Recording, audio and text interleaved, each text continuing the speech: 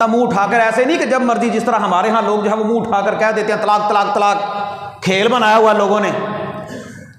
شریعت کا، اللہ کے شاعر کا مذاق بنایا ہوا ہے، منہ اٹھا کر کہہ دیتے ہیں طلاق طلاق طلاق، اور پھر بعد میں کہتے ہیں غصہ آ گیا۔ اللہ تعالیٰ کا حکم یہ ہے، جناب رسول اللہ صلی اللہ علیہ وسلم نے طریقہ یہ سکھایا ہے کہ ایک عورت اللہ کے نام پر تمہارے لیے حلال ہوئی تھی، ایک خطبہ ہی تو پڑھا تھا، ولی نے اجازت دی تھی، وہ عورت تمہارے لیے حلال ہو گئی تھی، اب تم نے اس کو چھوڑنا ہے نا، تو اس کا طریقہ یہ ہے کہ جب عورت مخصوص ایام سے فارغ ہو جائے، بغیر اس کے پاس جائے، اس کو جو ہے وہ تم طلاق دے دو۔ یہ جو معاملہ اللہ تعالیٰ نے رکھا ہے نا، یہ یقین کریں اگر بندہ اتنا صبر کر لے نا تو طلاق تک نوبت ہی نہیں آتی۔ بس بندے کو جو کسی ٹائم غصہ آیا، بندہ اپنی بیوی کو کہے کہ میں تجھے جو ہے وہ چھوڑنے کا ارادہ رکھتا ہوں، یا اسے کہے کہ میں تجھے طلاق دیتا ہوں، تو جب طلاق دینے کا پروگرام بنے، شریعت یہ کہتی ہے کہ صبر کرو، پہلے دیکھو کہ اس تمہاری بیوی کے مخصوص ایام تو نہیں، اگر مخصوص ایام ہیں تو صبر کر لو، پھر جب وہ گزر جائیں تو پھر تم اپنی بیوی کو بغیر اس کے پاس گئے طلاق دے دو۔ لیکن یہ شادی شدہ حضرات بہتر جانتے ہیں، جب عورت مخصوص ایام سے فارغ ہوتی ہے نا، تو اللہ رب العالمین نے ایک ایسا جو ہے وہ محبت والا انداز درمیان میں مرد کے دل کے اندر جو ہے وہ محبت ڈال دی ہوتی ہے کہ میں نے اپنی بیوی کے پاس جانا ہے، اور یہ ان مخصوص ایام کی وجہ سے ہوتا ہے۔ اگر وہ اتنا صبر کرے گا تو ہو سکتا ہے ان کی صلح ہو جائے، لڑائی تک نوبت ہی نہ آئے، لیکن پھر بھی اگر بندہ سمجھتا ہے میرا گزارا نہیں، تو مخصوص ایام میں جا کر طلاق نہ دے۔ اگر مخصوص ایام میں طلاق دے، عبداللہ ابن عمر، حضرت عمر رضی اللہ تعالیٰ عنہ کے بیٹے تھے، انہوں نے طلاق دی نا، تو نبی پاک نے فرمایا فَلْيُرَاجِعْهَا، اپنی اس بیوی سے رجوع کر، واپس رجوع کر، تو نے جو ہے وہ مخصوص ایام میں طلاق کیوں دی ہے، اسے رجوع کروایا۔ جب مخصوص ایام سے فارغ ہوئی، پھر جو ہے وہ بغیر پاس گئے، پھر فرمایا کہ اب طلاق دے۔ گویا کہ طلاق ہو جاتی ہے، لیکن وہ طریقہ سنت والا طریقہ نہیں۔ جب فارغ ہو گئے مخصوص ایام سے، اس وقت جو ہے اس کو طلاق دے دو، اس کو جو ہے وہ چھوڑ دو، اب وہ اپنی عدت پوری کرے، 3 ماہواریاں گزارے، اس کے بعد جو ہے وہ آزاد ہے۔ اگر اس کے درمیان صلح صفائی والا کوئی منظر ہو جائے تو صلح کر لیں، اگر نہیں تو پھر وہ اپنے گھر اور یہ اپنے گھر۔ ہاں اگر عورت خلا لیتی ہے تو پھر خلے میں یہ ہوتا ہے کہ طلاق اس کو مرد ہی دیتا ہے، یا اگر مرد جو ہے وہ طلاق نہیں دیتا، عدالت اس کو مجبور کر دیتی ہے، تو پھر عورت جو ہے وہ جب اس کو خلا مل جاتا ہے تو عورت 1 ماہواری جو ہے وہ گزارتی ہے مخصوص ایام، اس کے بعد عورت آزاد ہے، وہ چاہے جس کے ساتھ مرضی آگے نکاح کر لے۔ طلاق میں جو ہے وہ 3 ماہواریاں ہوتی ہیں، 3 مخصوص ایام ہوتے ہیں، اور خلا میں 1 ہوتا ہے۔ یہ اللہ تعالیٰ نے آسانی رکھی ہے، لیکن طلاق دینے کا بھی شریعت نے جو ہے وہ طریقہ رکھا ہے کہ تم ایسے نہیں منہ اٹھا کر جیسے مرضی طلاق دے دو۔ بعض لوگ یہ سمجھتے ہیں کہ اگر بیوی حاملہ ہو تو حمل کی حالت میں طلاق نہیں ہوتی، حمل کی حالت میں بھی طلاق ہو جاتی ہے، لیکن اس کی عدت تب پوری ہوگی جب اس کا بچہ پیدا ہو جائے گا، وہ چاہے اگلے دن پیدا ہو جائے، وہ چاہے مہینے بعد، 2 مہینے بعد، چاہے 9 مہینے کے بعد پیدا ہو،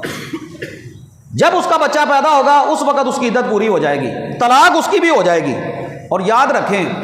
غصے کی حالت میں لوگ اکثر کہہ دیتے ہیں کہ غصے کی حالت میں ہم نے طلاق دے دی ہے، تو غصے کی حالت میں بھی طلاق ہو جاتی ہے۔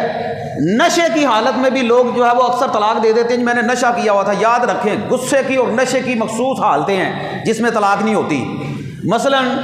ایسا غصہ، ایسی نشے کی حالت جس کے اندر بندے کا دماغ خراب ہو جائے، اس کو یہ ہی نہ پتا ہو کہ سامنے میری ماں کھڑی ہے، میری بہن کھڑی ہے، میری بیٹی کھڑی ہے۔ ایک بندہ، اس نے جو ہے وہ اپنی بیوی کو طلاق دی، طلاق دینے کے بعد اس نے جو ہے وہ جا کر جو ہے علماء سے فتوے لے لیے کہ میں نے نشے کی حالت میں طلاق دی۔ حدیث میں آتا ہے غصے کی حالت میں، شدید نشے کی حالت میں جب بندے کا دماغ کام نہ کرتا ہو تو طلاق نہیں ہوتی۔ اب ایک بندہ مسئلہ لکھ کر کسی عالم دین کو، مفتی کو دے رہا، تو اس نے تو یہی دینا نا جواب، بھائی طلاق نہیں ہوئی،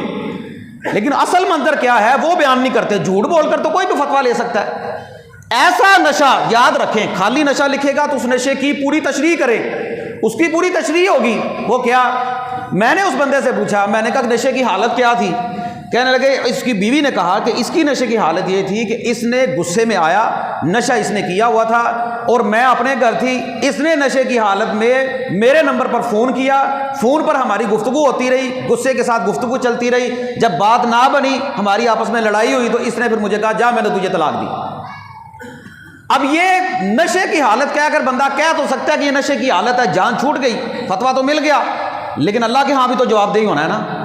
اصل مسئلہ یہ تھا، میں نے کہا یار یہ کیسا نشہ ہے کہ بندہ اپنا فون اٹھاتا ہے، فون اٹھا کر جو ہے وہ اس میں سے نمبر ڈائل کرتا ہے کہ میں نے فلاں جو ہے وہ عورت کو جو ہے وہ نمبر ملانا ہے، اور نمبر بھی اپنی بیوی کو ملاتا ہے، پھر اس کے ساتھ گفتگو کرتا رہتا ہے، پھر اس کو یہ بھی پتا ہے کہ یہ میری بیوی ہے، پھر اس کو وہ طلاق بھی دے دیتا ہے۔ نشہ یہ ہوتا ہے کہ بندہ جو ہے وہ اپنی ماں سے کہے جا میں نے تجھے طلاق دی،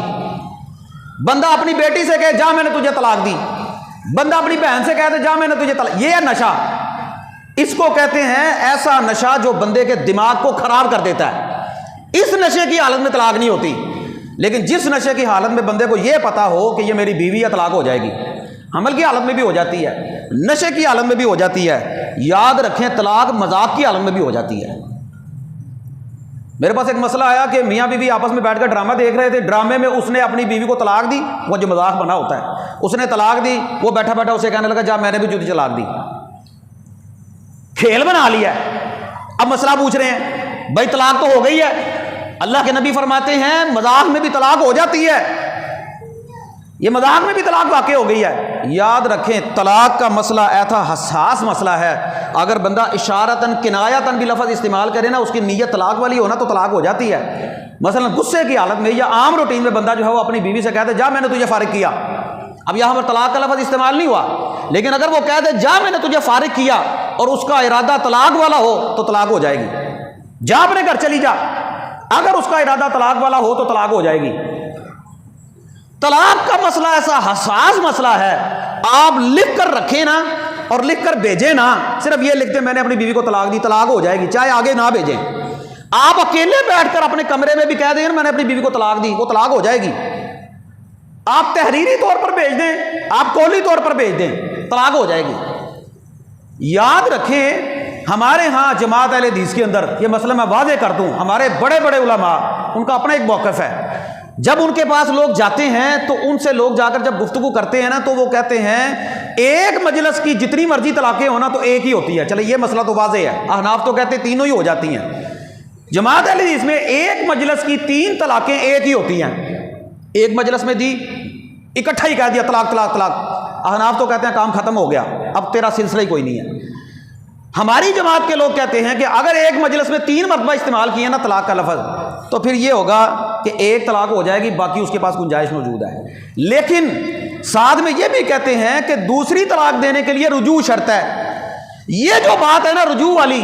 یہ مجھے سمجھ نہیں آئی، میں نے قرآن و سنت کا جو مطالعہ کیا نا، یاد رکھیں دوسری طلاق دینے کے لیے رجوع شرط نہیں،